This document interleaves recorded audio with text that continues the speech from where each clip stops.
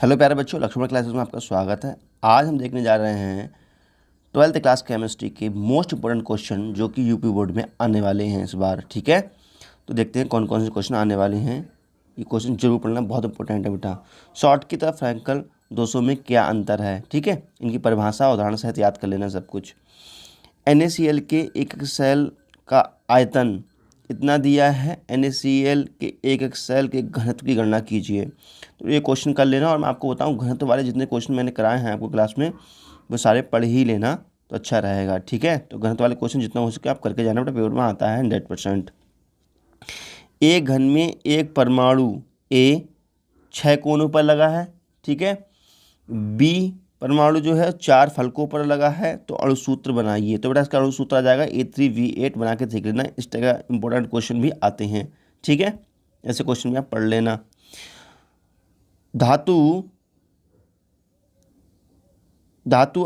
अधिकता दोष, बेटा गलत लिखा है, धातु अधिकता होना चाहिए, ठीक है। धातु अधिकता दोष, धातु न्यूनता दोष को उदाहरण सहित समझाइए, ठीक है। वो आता है ना एफ केंद्र वाला, एफ सेंटर किससे कहते हैं, कलर वाले NaCl एग्जाम्पल होते हैं, वो बेटा जरूर पढ़ लेना, ऐसा आता है, समझ में आया, इंपॉर्टेंट है बहुत ज़्यादा ये।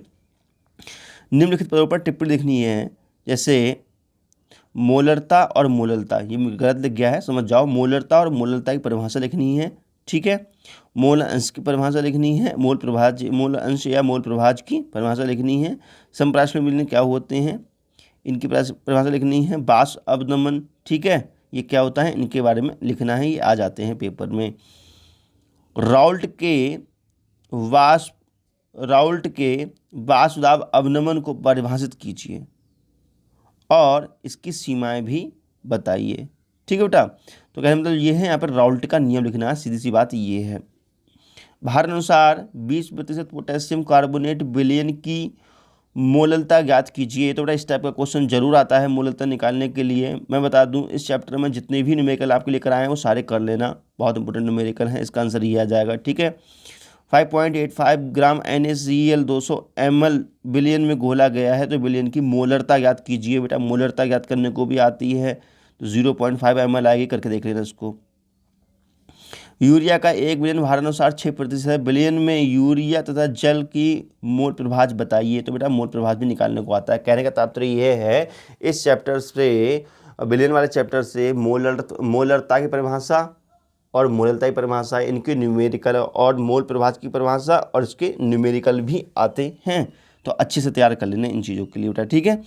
मानक इलेक्ट्रोड विभव की परिभाषा दीजिए, नष्ट समीकरण भी लिखिए, बहुत इंपॉर्टेंट क्वेश्चन है। कोलोस नियम क्या होता है, इसको परिभाषित कीजिए और इसके नियम के अनुप्रयोग भी बताइए। मैं आपको बताऊँ पेपर में 100% आने वाला है कोलोस नियम और इसके अनुप्रयोग, अथवा अगर ये नहीं आया, कठिन क्वेश्चन आ गया, तो इसका न्यूमेरिकल आ जाएगा, लेकिन इस टॉपिक से संबंधित जरूर ही आता है। वैद्युत रासायनिक श्रेणी क्या होती है, इसके दो उपयोग लिखिए, ठीक है बेटा, पढ़ लेना। इसमें मैंने आपके बहुत सारे सवाल कराए हैं, जैसे कि मान लीजिए H2SO4 में कॉपर डालते हैं तो क्या होता है, Fe डालते हैं तो क्या होता है, जिंक क्या डालते हैं तो क्या होता है, ये सारी चीज़ें आप पढ़ लेना, इनके अनुप्रयोग अच्छे से, ठीक है। ऑब्जेक्टिव भी बनता है यहाँ से। निम्नलिखित सेल के विद्युत वाहक बल EMF की गणना कीजिए। मैं आपको बता दूँ बेटा, आपके सिलेबस में सेल के बारे में कुछ भी नहीं है इस साल, लेकिन पेपर में मुझे पूरी उम्मीद है कि इस तरह का क्वेश्चन जरूर आएगा, तो आप पढ़ करके जाइएगा। सिलेबस में नहीं है तब भी पढ़ के जाइए, आएगा इस टाइप का क्वेश्चन, ध्यान रखना। ये सेल दिया हुआ है जिसमें अर्धविक्रियाओं का अपचयन विभव निम्नलिखित दिए हुए हैं, तो बेटा हमारे EMF फाइंड आउट करना है, तो वो वैल्यू आएगी आपकी 1.20, देख लेना सॉल्व करके। अभिक्रिया के वेग से आप क्या समझते हैं, इसके वेग को कौन कौन से कारक प्रभावित करते हैं बेटा, ठीक है। देखो अभिक्रिया का वेग क्या होता है, इसके कौन कौन से कारक इसको इफेक्टिव करता है, जैसे ताप का प्रभाव, दाब का प्रभाव, ठीक है। ये सारी चीज़ देख लेना, इंपॉर्टेंट बहुत ज़्यादा है। ये ऐसे आ सकता है कि अभिक्रिया का वेग, औसत के वेग तथा तत्कालिक वेग किससे कहते हैं, ठीक है, इस टाइप से भी क्वेश्चन बन के आ सकता है, तो ये पढ़ लेना जरूर। अभिक्रिया की आणविकता और कोटि में अंतर बताइए और इनको परिभाषित कीजिए, ठीक है बेटा। मतलब इनका परिभाषा भी लिखने को आ सकता है और अंतर भी लिखने को आ सकता है, तो बहुत इंपॉर्टेंट है, और एग्जाम्पल भी इनके एक एक दो कम से कम याद कर लेना। और किसी अभिक्रिया में आणविकता और कोटि कैसे निकालते हैं बेटा, इसको भी अच्छे से पढ़ लेना, ठीक है, आता है निकालने के लिए। सिद्ध कीजिए कि प्रथम कोटि की किसी अभिक्रिया की अर्ध आयु काल अभिकारक के पैर में सहायता पर निर्भर नहीं करती है। देखने में बेटा इंपॉर्टेंट चीज़ें हैं ये। आभासी आणविक अभिक्रिया को उदाहरण से समझाइए। नेक्स्ट, अभिक्रिया की कोटि से आप क्या समझते हैं? शून्य कोटि की अभिक्रिया तथा प्रथम कोटि की अभिक्रिया का वेग स्थिरांक व्यंजक, या हम किसको कह सकते हैं अभिक्रिया का गतिक समीकरण या समाकृत वेग समीकरण प्राप्त कीजिए। बेटा देखो, आपके सिलेबस में शून्य कोटि की अभिक्रिया का गतिक समीकरण निकालने के लिए आता है या समाकृत वेग समीकरण, अथवा अगर ये नहीं आया तो बेटा प्रथम कोटि की अभिक्रिया का जरूर आ जाएगा। तो ये दोनों बहुत अच्छे से पढ़ करके जाइए, बहुत सरल है। इन अभिक्रियाओं के प्रमुख लक्षण भी लिखिए। तो बेटा लक्षण भी मैंने आपको नोट करवाए हैं, वो भी पढ़ करके जाइए।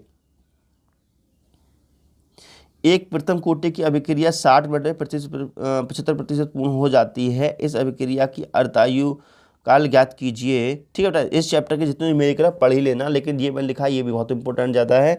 इस चैप्टर के जितने न्यूमेरिकल पढ़ लेना बेटा, जरूर आएगा एक न्यूमेरिकल इसी टाइप का, जैसे टाइप का मैंने लिखा है। ठीक है, निम्नलिखित को उदाहरण से समझाइए।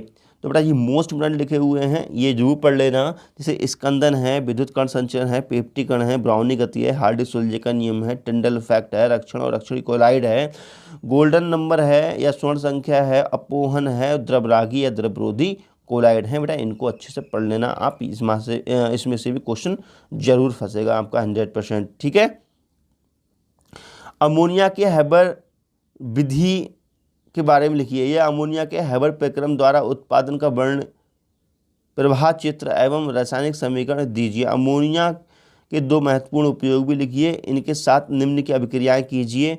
बेटा AgCl Cl2 CuO। देखो अमोनिया के बारे में जितना पढ़ाया है आप पढ़ लेना, हैबर विधि वगैरह और इनके रासायनिक समीकरण जो भी मैंने बताए हों बेटा, ठीक है, पढ़ लेना, बहुत इंपॉर्टेंट है, आएगा ये।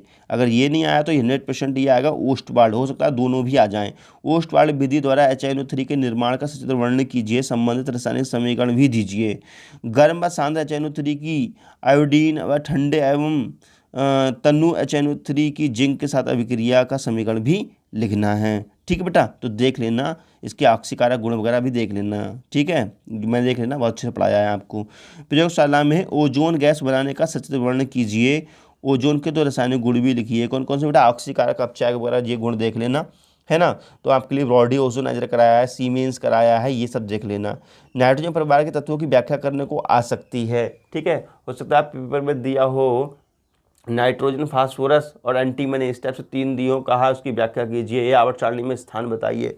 तो बेटा इन क्वेश्चन को जरूर देख लेना, ये आ जाता है नाइट्रोजन परिवार वाला, जरूर देख लेना बेटा। ठीक है, फिर देखते हैं संक्रमण तत्व क्या होते हैं। ठीक है बेटा, देखो संक्रमण तत्वों को समझाइए और संक्रमण धातुओं के सामान्य इलेक्ट्रॉनिक विन्यास लिखिए। अब ऐसा नहीं है कि संक्रमण धातु अलग होती है, वही संक्रमण तत्व संक्रमण धातु एक ही बात है बेटा। संक्रमण तत्व क्या होते हैं ये समझाना है और इनका इलेक्ट्रॉनिक विन्यास लिखना है। ठीक है, और इनके निम्नलिखित गुणों को भी एक्सप्लेन करना है, जैसे रंगीन आयन कैसे देते हैं संक्रमण तत्व, है ना, उत्प्रेरक गुण क्या होता है, चुंबकीय गुण और परिवर्ती ऑक्सीकरण अवस्था के बारे में भी लिखना है। तो बेटा ध्यान रहे, आपके सिलेबस में ओनली फर्स्ट ट्रांजिशन सीरीज अर्थात आपको प्रथम संक्रमण तत्व के बारे में अच्छे से पढ़ना है।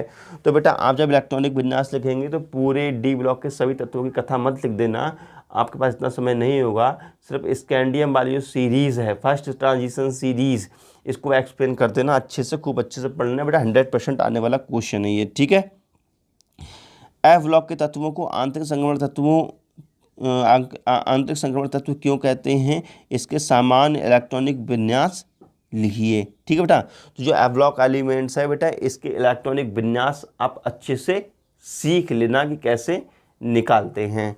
ठीक है, मैंने आपको बहुत अच्छे से कहा रखा है। या बेटा पेपर में अथवा करके ऐसे आ सकता है, लैंथेनाइट एवं एक्टेनाइट तत्व का आवर्त सारणी में संक्षिप्त वर्ण दीजिए। ठीक है, तो बेटा आपको इनका इलेक्ट्रॉनिक विन्यास आना चाहिए, देख लेना कॉपी में। लैंथेनाइट संकुचन क्या होता है, यह हर साल लगभग आता है, तो पढ़ लेना इसके लिए। लैंथेनाइट क्या है, लैंथेनाइट संकुचन के क्या परिणाम होते हैं बेटा, इन सबको पढ़ लेना अच्छे से।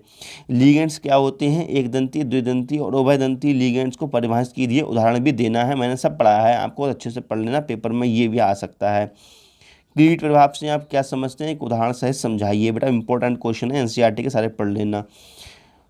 प्रभावी परमाणु क्रमांक EAN क्या है, उदाहरण सहित समझाइए बेटा। EAN लिखने के लिए भी आता है उदाहरण सहित, और क्वेश्चन दिया होगा और EAN नंबर पूछ भी लेगा, ऑब्जेक्टिव में भी आ सकता है और वैसे भी पूछ सकता है। आईयूपीएसी नियम के आधार पर निम्नलिखित यौगिकों के नाम लिखने हैं। तो बेटा देखो ऐसे भी आ सकता है, इनके नाम लिखिए, और ये भी आ सकता है इनकी ऑक्सीकरण संख्या निकालिए। ये हो सकता है दोनों क्वेश्चन भी आ जाएं। ऑक्सीकरण संख्या निकालने को तो जरूर आता है ऑब्जेक्टिव में, और आईयूपीएसी लिखने को भी आता है बेटा। तो बहुत इंपॉर्टेंट है ऑक्सीकरण संख्या ज्ञात करना और इनके आईयूपीएसी नाम निकालना। तो देखो बेटा पेपर में कोई सा भी आ सकता है, आईयूपीएसी नाम बहुत सारे होते हैं, अनंत होते हैं, पता नहीं कितने हैं, सभी आपको तो नहीं पढ़ मिलेंगे, लेकिन मैंने कुछ इंपॉर्टेंट लिख रखे हैं, इनको आप सीख लेना। और मैंने जो आपको क्लास में कॉपी में लिखवाए हैं या कोचिंग कॉपी में लिखवाए हैं वो सारे आप अच्छे से देख लेना एक बार, ठीक है। फिलहाल मैंने कुछ लिख दिए हैं, ये जरूर तैयार कर लेना, जैसे CuNH3 का होल 4 और SO4, ठीक है, सल्फेट आयन है बेटा, ये देख लेना आप, ठीक है। जो भी मैंने लिखे हैं, अगर दो कठिन पेपर आया तो इस टाइप का ऑक्सीडेशन, इस टाइप का नाम कराएगा करने के लिए बेटा, ठीक है। ये टाइप के मैंने लिखे हैं 7, 8, 9 वगैरह, ठीक है। सरल पेपर आ गया तो ऊपर जैसा जाएगा। ये 5वां तो बहुत ही इंपॉर्टेंट है, जरूर देख लेना, ठीक है।